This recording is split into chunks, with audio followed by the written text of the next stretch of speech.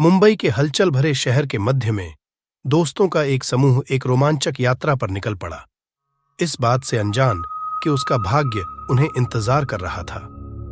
जैसे ही वे भूल भुलैया वाली सड़कों पर उतरे, शहर एक भयानक ऊर्जा से स्पंदित होने लगा। बेफिक्र होकर उन्होंने अपनी बेचैनी के लिए शहरी जंगल की अपरिचितता को जिम्मेदार ठहराया।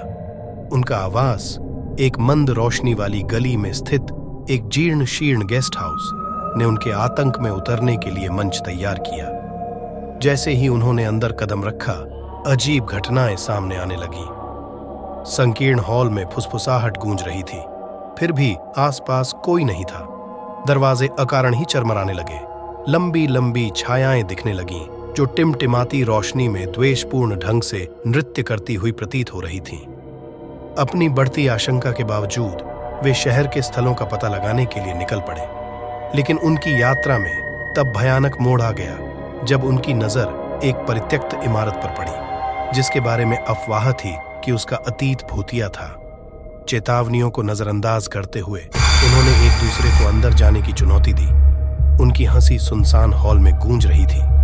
अंदर हवा बर्फीली हो गई और एक अकथनीय भय उन पर छा गया। ऐसा लग रहा था कि दीवारें रहस्य छुपा रही हैं, फर्श निराशा की डरावनी कहानियां फुसफुसा रहे हैं। जैसे जैसे वे गहराई में उतरे, पूर्वाभास की भावना ने उन्हें घेर लिया, जिससे उनकी आत्माओं का दम घुट गया। एक एक करके वे हवा में गायब हो गए और अपने पीछे केवल अपनी उपस्थिति की फुसफुसाहट छोड़ गए। उनकी डरावनी चीखें गलियारों से होकर अंधेरे में लुप्त हो गईं।